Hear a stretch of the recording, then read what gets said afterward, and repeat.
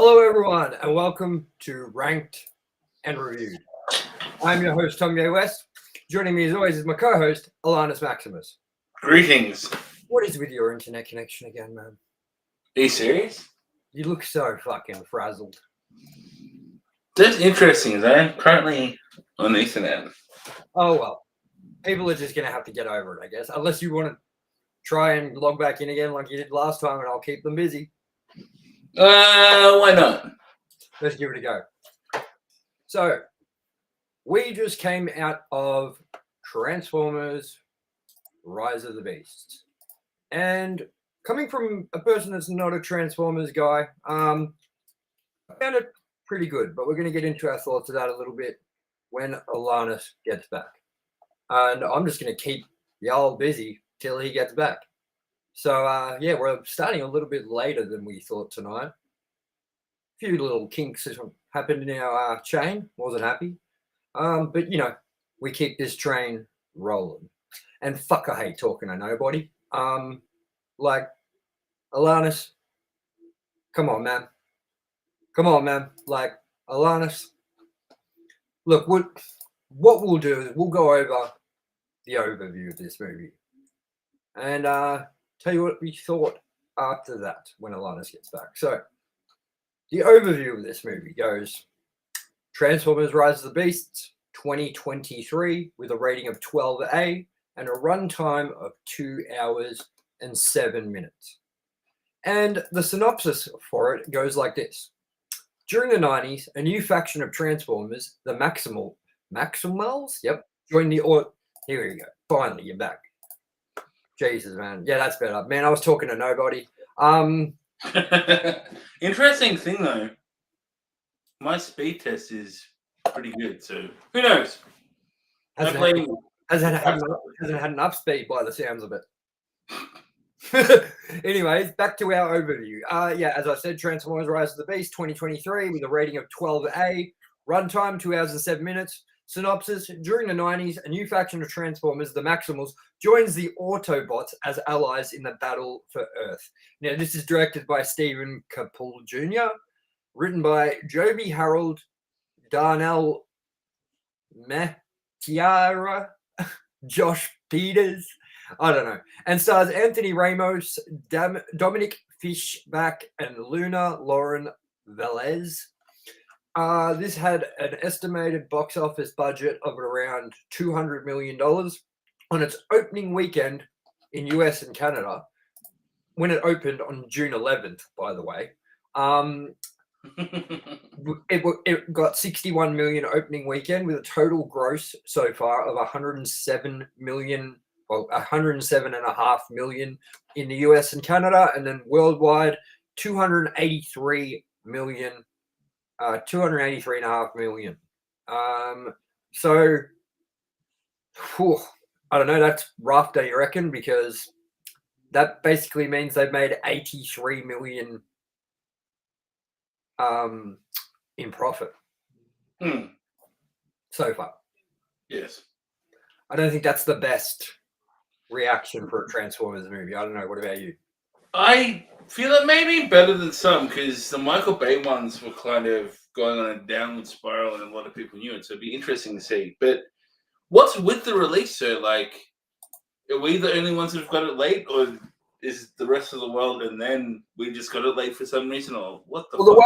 The way I think that the release happened is that, I don't know, it's weird because, like, movies go in and out of, like, movies come in at the same time as each other. They're shown everywhere, like, at the same time. So, like, I don't know if it's any different for America, but maybe they're happy to just overcrowd the screen with all these movies at once, considering it's the summertime, the summer holidays, it's the summer blockbuster season, and it's not here. It's not anything like that here. But maybe it's because we couldn't fit it in with everything that's currently being released at the moment, with enough session times, screen times, with enough screens that we have available. I have no fucking idea why the rollout's so small, but that's my best estimate. What do you think? Maybe. Because America do have a lot more coverage in their cinemas, I think. They get Yeah. a lot of stuff to cinema that we don't. I'm going to have a look at the release dates worldwide. So, wow. Singapore had its global premiere was in Singapore But on May 27th. Then it released in South Korea in June 6th. Then Belgium, June 7th. Colombia, June 7th. Finland, June 7th. Everywhere, June 7th, June 8th, June. And then Australia, June 22nd. Japan gets it later than us. Japan gets it August 4th. they got a big wait.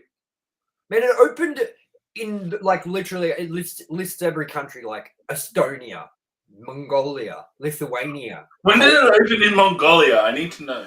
Dude, it did. June 9th. So they got it before us. And not just that, most of the world got it before United States. Or on the same day. Curious. Very weird why it did not open at the same time for us. I would say that's the first time in recent memory that I can think of where that's been the case. Yeah, absolutely. In the movies, Usually we get it a day before. Yeah. Because of the way time works. You know what I mean? Like we get it from the future. We get it on the Thursday and America gets it on their Thursday, but their Thursday is Friday. So we usually get it a day before, sometimes even two, with like special advanced screenings on the Wednesday, or we can even get earlier than that with some special advanced screenings being on weekends and things like previous weekends and shit's opening. So yeah, I was baffled by this, man, because I was seeing reviews come out for this for weeks and I was like, what's going on? You know what I mean? But the other thing I can put it down to is scheduling. That's all I can think it would be. Because think about what we've had hit cinemas recently, which is we don't have as many screens as America does. We don't have as much coverage. We don't have like 7 fucking movie theaters like some streets in New York do or some shit. Just one street, like all theaters, you know what I mean? I don't know if you remember Seinfeld when they'd be like, let's go see this movie. And they'd be like, oh, it's sold out. Oh, well, we'll go to the Megaplex down the road. You're like, yeah. You know what I mean? Hey, not in Australia. You want to go to another cinema? 20-minute drive at least. Yeah. Even in the city, it's a decent gap between cinemas. Exactly. So yeah, I don't know why, man. Maybe I'll look that up while we're talking a little bit about it. So I mean, I'm quickly going back and looking at the results from the last not the last one, but the third one. Yeah, Dark of the Moon. That had a box office budget of 195 million. Its opening weekend made 97 million. Gross US Canada total 352 million and grossed worldwide $1.1 billion. That's a pretty big difference. What did Bumblebee do? Let's have a look at Bumblebee. Bumblebee's opening weekend. Well, Bumblebee's estimated budget was 135 million. Ooh, opening weekend it did $21 million. With which is interesting because, in my opinion, that is the best Transformers movie. It opened December 24th, 2018. Was that when the pandemic was on? No. No, that was end of 2019. That kind of 2019. So anyway, Alannis, with that kind of done our overview, we'll talk more about the box office budget, what we think it's going to end up hitting, and if we think it's underperformed or whatever. When I have a little look into it a little bit more, while you give us your first impressions and your thoughts on Transformers: Rise of the Beasts. Take it away, Alannis. I think that, as I was saying before, the Transformers movies were a steady spiral with the Michael Bay. Like the first one was alright, then it kind of started going downhill until we got to Bumblebee. So I wasn't sure what to think with this. But I enjoyed it. It was probably my favorite one, second to Bumblebee. And the design of the Transformers were once again, a bit closer to Gen 1 Transformers, so they it had that nostalgia value. It didn't have that crass, kind of forced American Pie-ish comedy throughout it, which was good. It had light moments in comedy, but it wasn't as cringy. Well, first off, what I'm going to say about what you just said, Dan, is it wasn't as cringy because we didn't have any shit actors in it. That's true. Think about the history of Transformers movies, maybe except Bumblebee. We've had Shia LaBeouf, who no one likes for some reason. Like, no matter what he does, no one likes him, and I get it, whatever. And then we had Mark Wahlberg in Age of Extinction. Is that what it was called? Yes. So, like, we had two pretty well-known actors for those. And with this one, they kind of went with someone who wasn't so well-known. I knew none of the main people in this. I'd never seen them before in my life. I've never seen them either before. I think we look at that and who they are and what they've done previously. But yeah, like I think that this movie, I think what they've done here was good with Transformers, which is they didn't rely on a big name action star to make the movie what it is. It's I feel like they picked the right people for the right roles rather than just for their name.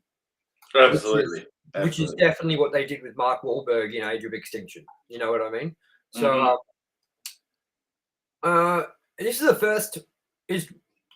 first movie besides Bumblebee, I'm guessing, that was not directed by Michael Bay. Yeah, correct. Is this directed by the same person that did Bumblebee? I'm pretty sure it is. I'm almost certain it is the same. I'm gonna have a look. Transformers, Creed 2. I don't think he did, man. No. Yeah, well, there you go. It wasn't the same person. So yeah, anyway, keep telling us what you think about it. Yes, I am. The CG was great. Like, it was just... There was no flash moments where it looked like you were looking at plastic. It really delivered. It was good. I think to the point the robots almost acted the humans again, which happens a lot in these movies. They were very, I guess, personable, if that's a word. I don't know. Yeah, I actually liked the robots in this a lot, man. I thought that it was good giving them these personalities that weren't those stereotypical gross personalities that they did give them in the Michael Bay Transformers movies. Like, you remember how there was like the sort of redneck one and stuff? Like, I get that there was like obviously mixed diversity in the robots, being like, I think there was one that was meant to sort of be like based on an African American. There was one that was supposed to be based on an English, a white person, a Spanish person. You know what I mean? They all had their sort of things, but it wasn't done to the cringe level that it was done in the Michael Bay movies. If that makes sense. I think the closest you had was the airplane, but he was just comedy relief, Scottish. I didn't know robots could get drunk, but I'm pretty sure he was drunk. Yeah. 100%. I think that's what they were leaning towards. I mean, what would you say to people that are on the fence about seeing this, considering we're the last country in the world to get it?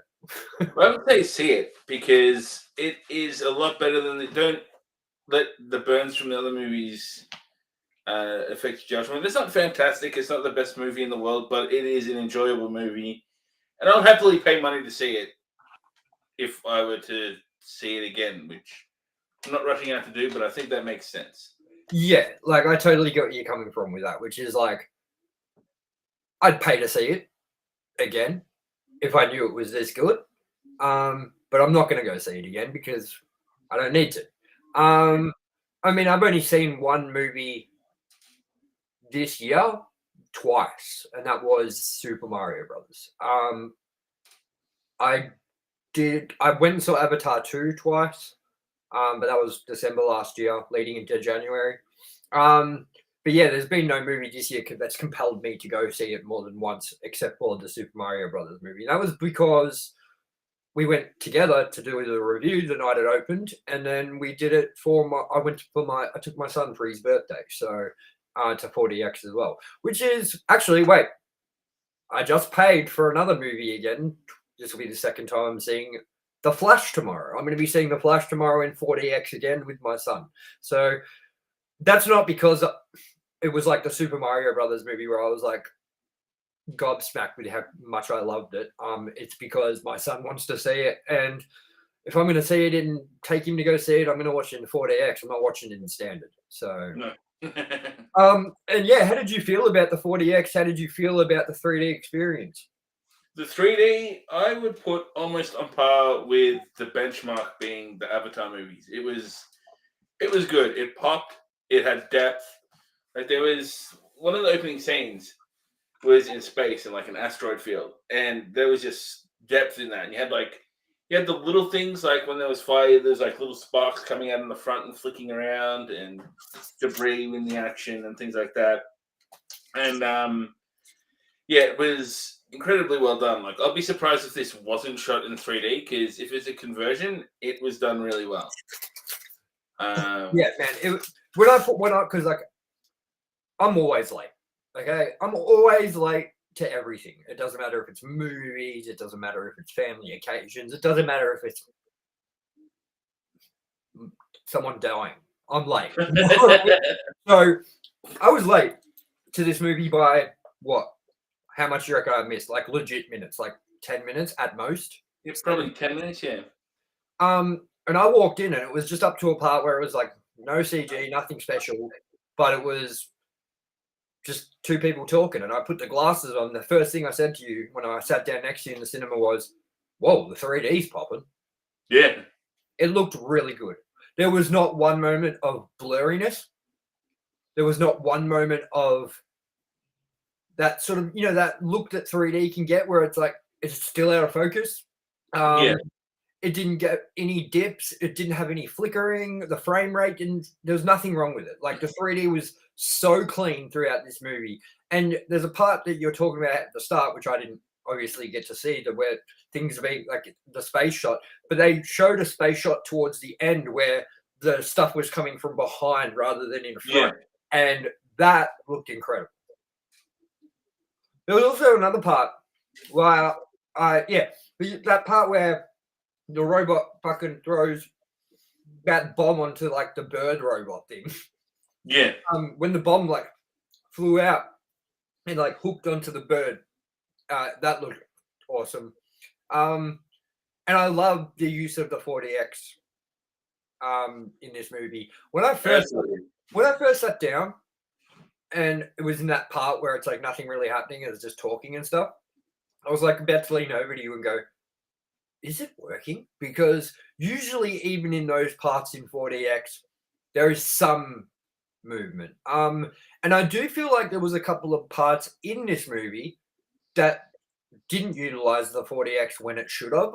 Did you notice there was a part where the robots were walking and the sound at the ground was making, it was like, yeah, shaking, but our seats were doing nothing. Yeah. That's when they were walking, and then it goes to and same with the asteroid things, like when they first land in the water. You know, like when they came down from the sky and landed in the water the first time the robots arrived, the bad robots, like we got no effect when they landed in the water and shit, like when it made an explosion sound, yet we were getting the effect of him breaking into a fucking car. Yeah. And there was other ones like Mario's. It's the only time that it's been used, and I get why they don't overdo it because it's quite intrusive getting shot in the face with water, especially in a 3D movie. But Mario's the only movie where we had jets of water in our face to the fact we had to wipe our glasses to see again. There were so many moments in this movie, and quite a few in the other movies we've also seen where that has not happened, and it boggles my mind because that's just one of those standout things that, like, yeah, well, I find that really enjoyable. And it's weird too that they don't just do it more, because you do have the option to turn that off if you don't want that to happen. That's interesting as well. I don't think you could, because I think it's a whole room thing with it, but the mist. even if you turn the water off, I'm guessing you're getting that mist because that's coming from like across the room and above you. Like, Yeah, but it was definitely like, look, I was like, so yesterday when we were like, Alannis messaged me and he's like, oh shit, Transformers opens tomorrow. Are we going to see it? And I was like, yeah, if you want to, man. I don't like. I'll go if you want to go. You know, for sure. And I said, what are we doing? Standard, because like that's it. That's the option. Or we go IMAX, and I'm not fucking going IMAX. You know what I mean? there's D-box as well. I'm like, no, that's $70 for just moving chairs. Yeah, not happening. So like, we were like, I guess we're gonna go standard VMAX. You know what I mean? And then I was like, I'm gonna check once more on Village just to This see. is also, mind you, I was literally on the website picking VMAX seats just before he said this. So I was like, oh man. Do you know how fucking mad I would have been if you had already clicked buy and then we found out? I'd be saying to you, get a refund. Or we'll go to Village, because it's Village Cinemas anyway. We would have taken the same, gone to Glenn and been like, listen, you motherfuckers didn't put times up for fucking 40X until the last minute. We already booked tickets to standard. These tickets are valid for 40X. Yeah. Like, I'm pretty sure for VMAX you pay pretty much the same anyway. yeah, and that's a crazy thing too, man. Is like when I saw the price for D-Box, I was like, are you kidding me? Like, The quotes are whack. They're like, you consider a shaking recliner? It's like, man, I don't care if you're getting thrown around. Like, do you really want to be in a recliner? Does it really matter that your arse cheeks are cushioned that much? and the I thing, don't think so. the thing that annoys me too about it is that like the Village have done it smart, yeah, which is they've made it so that it's not much different in ticket price from seeing it in standard. So Absolutely. if you want to be immersed, why wouldn't you just go the 40X option? Whereas with D-Box, that's kind of been like, well, we can't afford that. Or it's like, you know, we've got a family of 5. We could go to standard or we could pay an extra $10 per person and go D-Box, or that's fucking $50. You know what I mean? And it's just like that makes no sense, man. Like, but D-Box seems to be everywhere. Like, Hoyt has it everywhere. But they don't have 40X at anywhere but Village, the Glen, and that's weird as fuck. I think it's because 40X has all that extra stuff, the air, the lights, the water. I find it weird that there isn't one at the city, and I find it weird that there isn't one at Knox. Yeah, Crown, man. They're both big cinemas. Crown should be where it would be. Like, that would make most sense to me. At the same time, I'm thankful it isn't because fuck going to the city every week, man. Yeah, no, I agree. I would, man, remember the times we've gone into or past the city for movies, like Avatar 2 being one where we fucking nearly died in a car accident because we crossed a fucking island in the middle of the road that I didn't even fucking see. And it scared the fucking shit out of me and nearly fucked my whole car. And then we went to that one in fucking butt fuck nowhere. Where was it? Near Spotswood. Yeah, like near Williamstown. Was it Sun? It was the Sun Theatre. Yeah. To see Scream 6. And dude, that was one of, if not the worst experience. That was what we experienced with Mario in the car park, but the whole way to the movie. On a freeway. On a freeway. It was a mind-boggling thing. I think the only time Alannis has ever sat in my car and felt uncomfortable is both those times. Because of me screaming. And banging my fucking car steering wheel and punching the windows and being like, would you fucking move, car? But yeah, look, I'll get into a few of my thoughts here. I thought this movie was fun as. I thought the CG was beautiful. I thought the 3D was utilized so well. I thought the 40X was a really good experience. But it's still, to me, and now I'm starting to question this. And I want to ask you the same thing, Alannis. It still hasn't beaten the Super Mario Brothers 40X experience, which I think was still way more finely tuned than this was to even the most subtle moments. You know, there was still, while Transformers did have great utilization of it, there were parts, as I said, that felt like they forgot about. You know what I mean? Whereas with Super Mario Brothers, there wasn't one spot where I was like, this should move, and it's not. You know what I mean? So, Yeah. but what I'm starting to wonder is it not being able to be beaten as my favorite experience because it was our first time? I was thinking that myself when ranking this, but as I was going on with the Jets of Water before, that incorporated in is a big thing to me, as well as I think it was utilized just that little bit better. I think the only place that this movie stands out above all in just one element is the subtle movements. Like when you're in the train, it was like the scene in the train carriage, and the seats are just suddenly rocking and moving like you do on a train. And then on an aeroplane, like a crappy old like airplane that looks like it should fall out of the sky, kind of sitting in the plane, and it's kind of rocking, and you're like very subtly, like you're in the plane. That I think is the only place it outshone Mario, but overall, Mario I still think was a tighter experience for the 40X. Yeah, and I mean, as you said, the train movements, that was great. And really just the way it was violently throwing you around in this movie with all the like explosions and car chases. Do you remember that one first bit, like where we were sitting there and nothing had happened 40X wise for ages, and then suddenly that big just like thing happened, and I was like, "What the fuck, man?" And I even leaned over to you and said, "Hey, man, do you reckon anyone, like, when that has happened in the entire world where 40X is shown, has actually just shit themselves?" This 40X, you can Like, really smell the shit. Yeah. Shit in the scene, man. Yeah, man, that tire just ran over a dog shit or whatever, you know? But yeah, nah, man, this movie is good. And look, I've been reading reviews on it. I've seen a lot of people say this is terrible. I've seen a lot of people say it's good. From what I can see, overall, the audience score is a lot higher than critical score. But that seems to be the case for most movies this year. Super Mario Brothers being a very big candidate of that, which was that the critics hated it.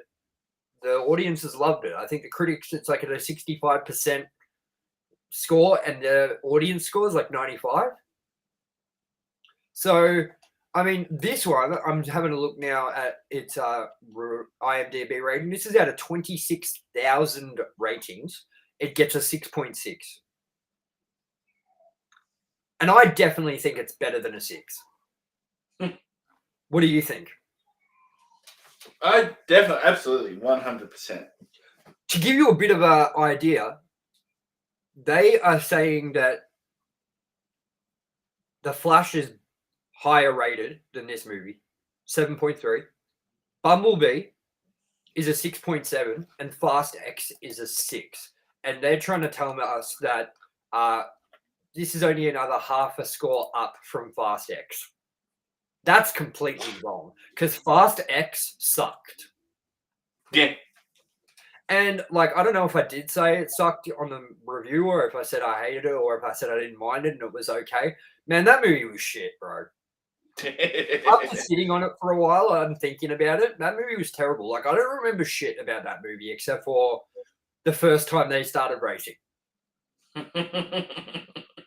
The whole movie, and the ending, of course, because it made me die of laughter. And that ending still goes down in history as one of the funniest times I've ever had in the cinema.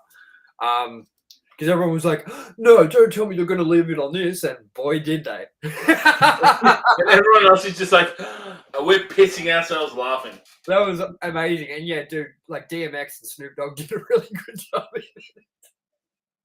it. And Jackie Chan. So yeah, like, what did you think about the stars in this movie? I'm going to quickly go over and have a look at what else they've done. What do you think of the main character, Noah, played by Anthony Ramos? He was a bit grinding on me when he first, like, kind of came into it, but as the movie went along, I warmed up to him. Like, he did a pretty solid job. He wasn't over the top. He was believable. He acted goodly. Are you a fan of Godzilla?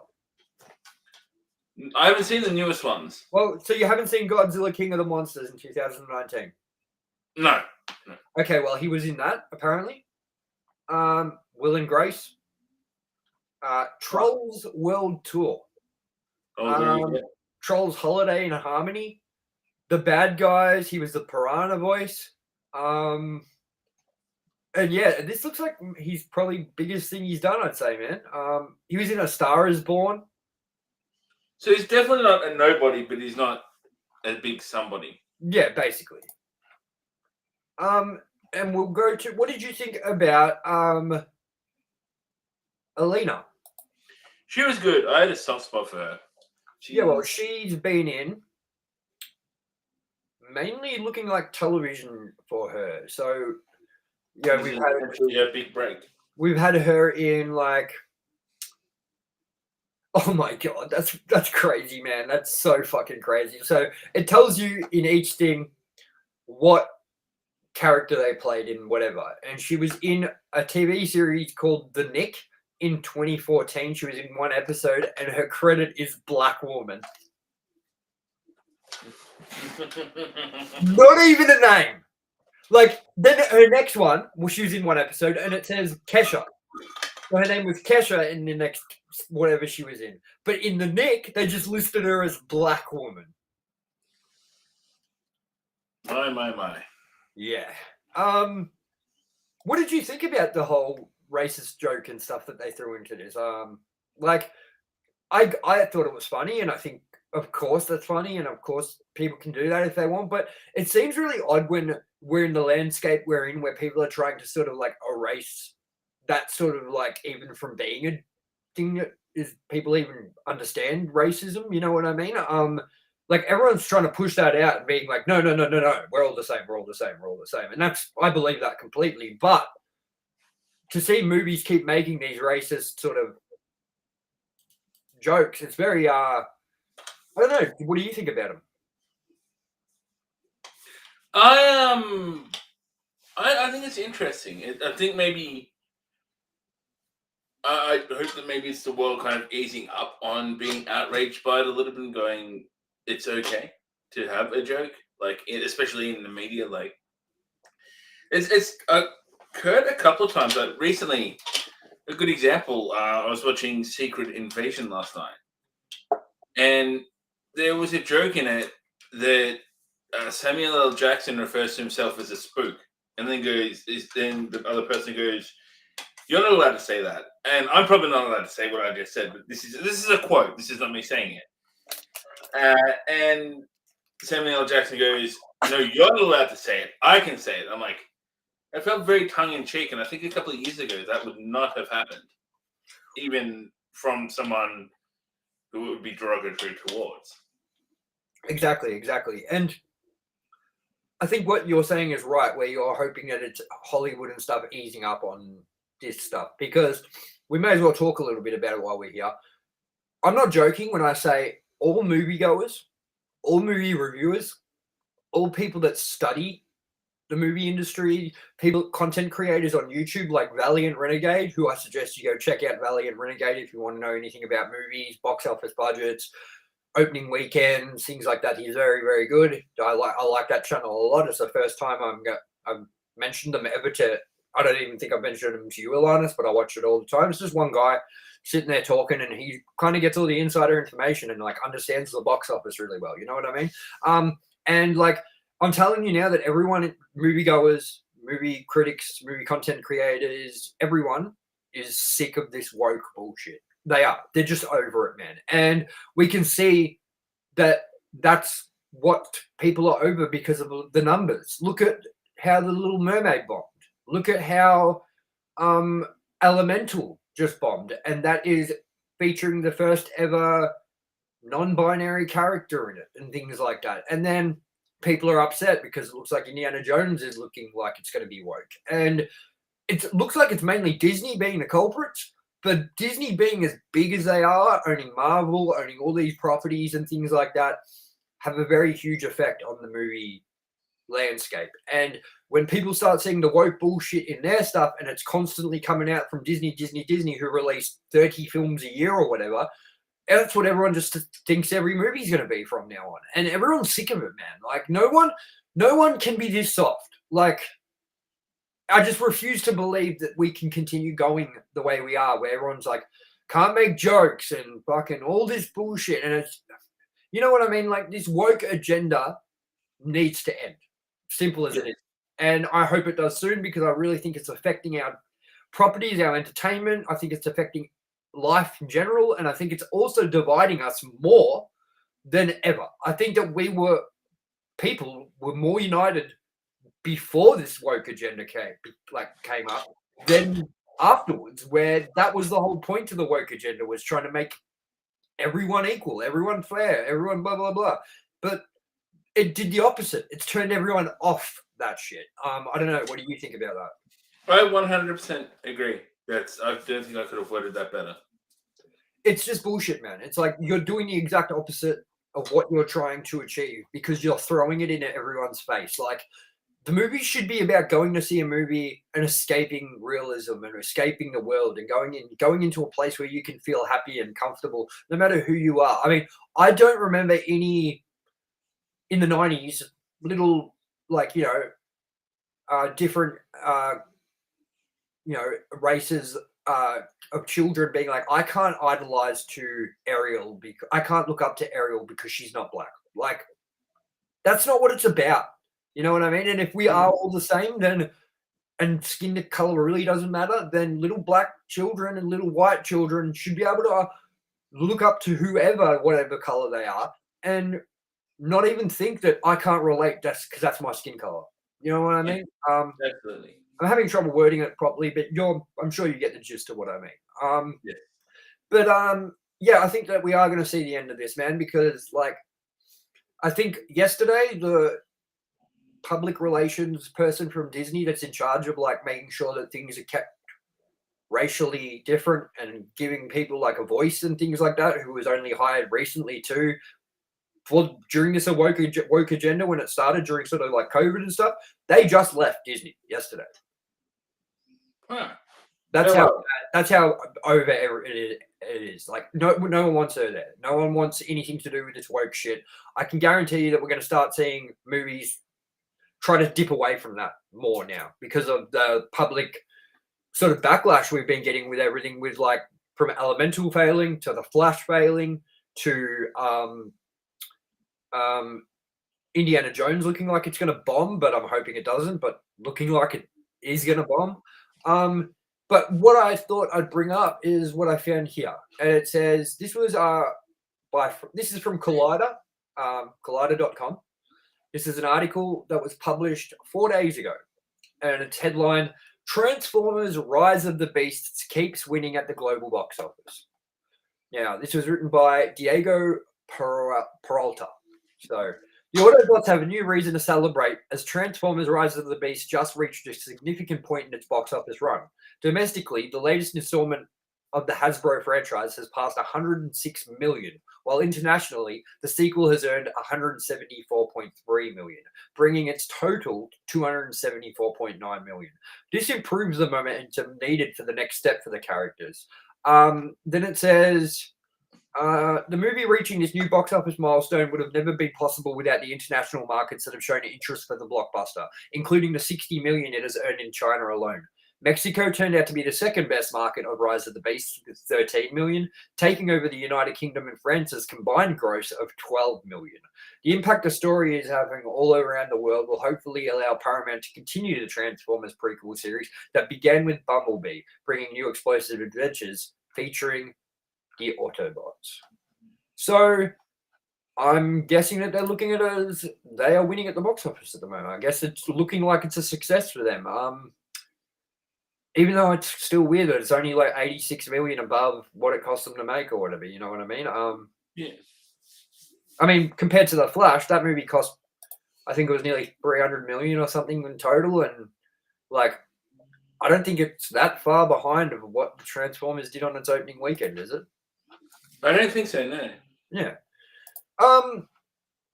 So with that, Talk a few spoilers. So if you haven't seen the movie and you don't want to know spoilers, let's back out now. I'm going to put the warning up on the screen for everybody. So when you join or you're watching, you know that while this is up, down the bottom there, we're talking spoilers. Now, Alannis, what did you think about the ending that we got here? I was just about to say the exact same thing. The one big thing, G.I. Joe. I think we're getting a multiverse of the Hasbro properties, which that makes me happy. I've been wanting this for a while. There's been talks of it. I think this is it because G.I. Joe, they tried to have their own thing, and it bombed, and then it bombed again. I think this is a good way to kind of breathe life into a semi-dead franchise and a completely failed franchise. Yeah, and it's interesting, man.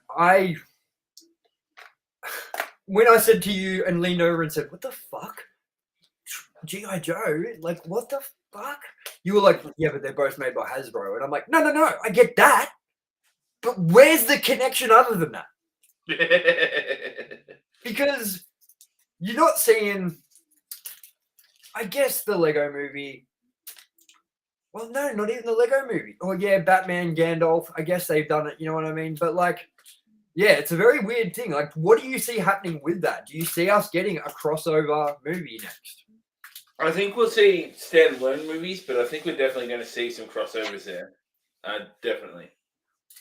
And how do you think that's going to go? Do you think that you want a Transformers / G.I. Joe movie? Because I feel like Transformers is a lot more popular than G.I. Joe and has always been and will always be. And I feel like G.I. Joe isn't that popular. And then putting them together may not be what the fans of Transformers want. What do you think?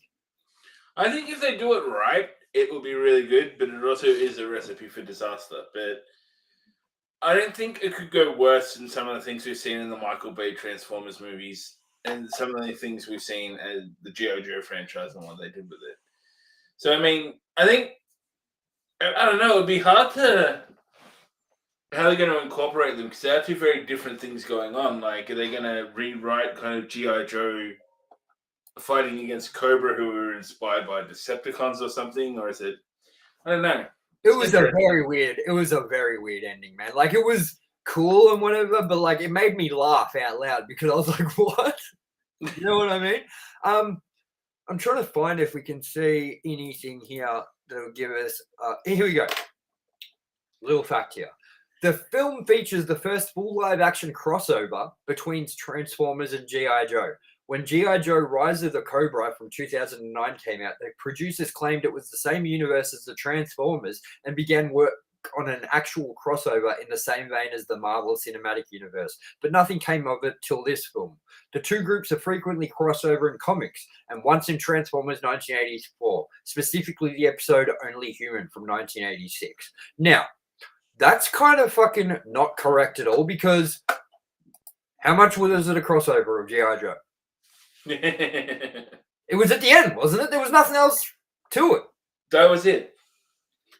So, okay, they came up with this concept in 2009 that they were going to do a crossover, and nothing came of it. They didn't work it out till this movie, and then they're going to count the fucking like last 30 seconds of this movie as being the crossover that they worked on since 2009. Like, all he did was hand him a card. It said G.I. fucking Joe on it. You know what I mean? That's funny. Before we get into our rankings, Alannis, let's get into some trivia. Is there anything else you wanted to say on this before we end it? Not really. Good. All right, let's get into some trivia. During filming in Peru, a Peruvian child showed his Transformers drawings to director Stephen Caple Jr., and in response, Caple invited him to the premiere and paid to renovate his school's roof. I guess that's okay. Yeah. I bet you that director can afford to replace more than a fucking roof, though. He probably could, fix some of the famine problems in other countries, but whatever. Okay, so it says, now, what's his name? Eraser? Eraser? Airazor. I'm not going to try it. Tells Optimus Prime that the Maximals are a part of the Oh, Autobots. Air Razor. Oh, okay. It's one word. That's not in Beast Wars. So it says tells Optimus Prime the Maximals are a part of the Autobots' past and future. In Beast Wars Transformers 1996, Maximals are descendants of the Autobots who travel back to Earth long before the Autobot Deception War. Yes. According to Stephen Caple Jr., Optimus Prime's face in the movie is visually based on his voice actor Peter Cullen. Who's also he is Optimus Prime and always has been. Yeah. Sad because he'll probably be dead soon. But then we'll have AI Peter Cullen, so it's okay. Yeah, definitely. Who cares then, you know? In the final battle, Mirage transforms into armor for Noah. This is a nod to the exosuits worn by Spike and Daniel Witwicky in the Transformers movie from 1986. Before we wrap up on that, man, I'm not old enough to remember. I wasn't even born when that movie came out, so I don't even know I've seen it. You were born when that movie came out, yeah? Yes. Do you remember it fondly? I can remember being very upset watching Optimus Prime die. Yeah. Is that a spoiler? Is that No. like 40 years on nearly? Is that Spoiler for 1986 Transformers, you know? You have one guy, you haven't seen that movie yet, and you just ruined it. And actually, one more thing I'm going to say quickly. We got a fake out of Bumblebee dying in this movie. Yeah, I'm pretty sure at this point, the second it happened, I'm like, but this is a prequel. We know he's alive. Like, very weird. Very weird. Okay, so with that, let's get into our rankings and scores and all that jargon. So, we'll first bring up our ranking for 40X experiences so far throughout the year. Just a quick rundown for people who aren't familiar with what we're doing. In Ranked and Reviewed, we are ranking every movie from this year to the end of the year, from best to worst. And as we see more movies, the list grows. So with that, we're also ranking 40X experiences on their own, because not all movies we will see this year have 40X attached to the format. So let's bring up the 40X rankings. 40X rankings goes like this, with Tomye, myself, number 1, Super Mario Brothers. Number 2, The Flash. Number 3, Fast X. Wait, this is the other one, isn't it? Yeah, that's the old one. Okay. Well, look, just fuck it. Who cares? Put The Flash down a bit. And put Transformers at number 2 for both of us. So it goes number 1, Super Mario Brothers, number 2, Transformers, number 3, The Flash, number 4, Fast X, and number 5, Guardians of the Galaxy for both. So, with that, let's bring up our rankings for movies for the year. Mine looks like this. Once again. Okay, you know what? I'll quickly download that one. I'll quickly download that one. Give me a second. Fucking hell, man. We're not professional. No, I was gonna say professional. This is the worst mistake could happens, you know? That's fucking hilarious. Oh, I know what part we're cutting out from this. Okay. So where is this other one I just downloaded? that was the funniest shit, man. The Batman. That was so funny, dude. You're like, I was just about to say we are professional. And that streaming will start momentarily. It just comes up out of nowhere. I think this is it, isn't it? Oh my god, man. Really fucking... Yeah, here we go. Finally found it. All right, so our rankings for the year goes like this. Is this the right one, Alannis? Yes. Cool. So the ranking goes: Tomye, number 1, the Super Mario Brothers movie; number 2, Scream 6; number 3, The Flash; number 4, Avatar 2; number 5, Transformers: Rise of the Beasts; number 6, Cocaine Bear; number 7, Evil Dead Rise; number 8, Guardians of the Galaxy Volume 3; and number 9, Fast X. And Alannis's looks like this. Number 1, Evil Dead Rise. Number 2, Guardians of the Galaxy 3. Number 3, Transformers: Rise of the Beasts. Number 4, Avatar 2. Number 5, Scream 6. Number 6, the Super Mario Brothers movie. Number 7, The Flash. Number 8, Cocaine Bear. Number 9, Fast X. I am starting to get more and more mad at your rankings, Alannis. But every time you just feel an embolism formed from rage growing in your brain. You know it. You know it. So everyone, yes. Alannis, to end it, how many stars out of 5 would you give it? I would give this a solid. I'll probably give it. I'll give this a 4. I'm right with you. I'll give it a 4 out of 5. Yeah. Cool. So, everyone, thank you for watching our Transformers Ranked and Reviewed episode. We will be back next week on Wednesday. Oh my god, man, I can't wait. We are coming up to my most anticipated movie of the last 12 years, maybe even. Indiana Jones and the Dial of Destiny. And I've heard it's horrible. I've heard it's actually not that bad. I've heard people say it's actually a fun time. It's a shit show. It's just, I don't know. I think it all depends on what you're looking for in an Indiana Jones movie. But you know what? I think I'm going to like it. There'll be some whipping stuff and some punching. And some throwbacks and some Nazis. That's the main thing for me, man, is the Nazis. When they brought in the Russians and the Temple of Doom, they're my least favorite ones because they're like the least interesting, like, sort of history. You know what I mean? So I'm excited. I'm excited for next week. And we have a very special guest host next week on the Wednesday night too. You will see who that is next week. We're not going to talk about that now. But yeah, a special guest host next week for Indiana Jones and the Dial of Destiny, Ranked and Reviewed. Is it Harrison Ford? It could be. Or it might never let you know our secrets. Or it could be Steven Spielberg. Or Shia LaBeouf. He needs some money, I'm sure. Or Ezra Miller. Jake's on Shia LaBeouf. We don't have money to give him. Thank you for joining us, everyone. As always, I've been your host, Tomye West. And joining me, as always, has been my co-host, Alannis Maximus. And we will see you next week for Indiana Jones and the Dial of Destiny on Wednesday, the 28th. At around, we're going to try for earlier because of who is our special guest. We have to fit them in. So with that, we'll see you next week. We love you all. Thanks for watching. Good night. Farewell.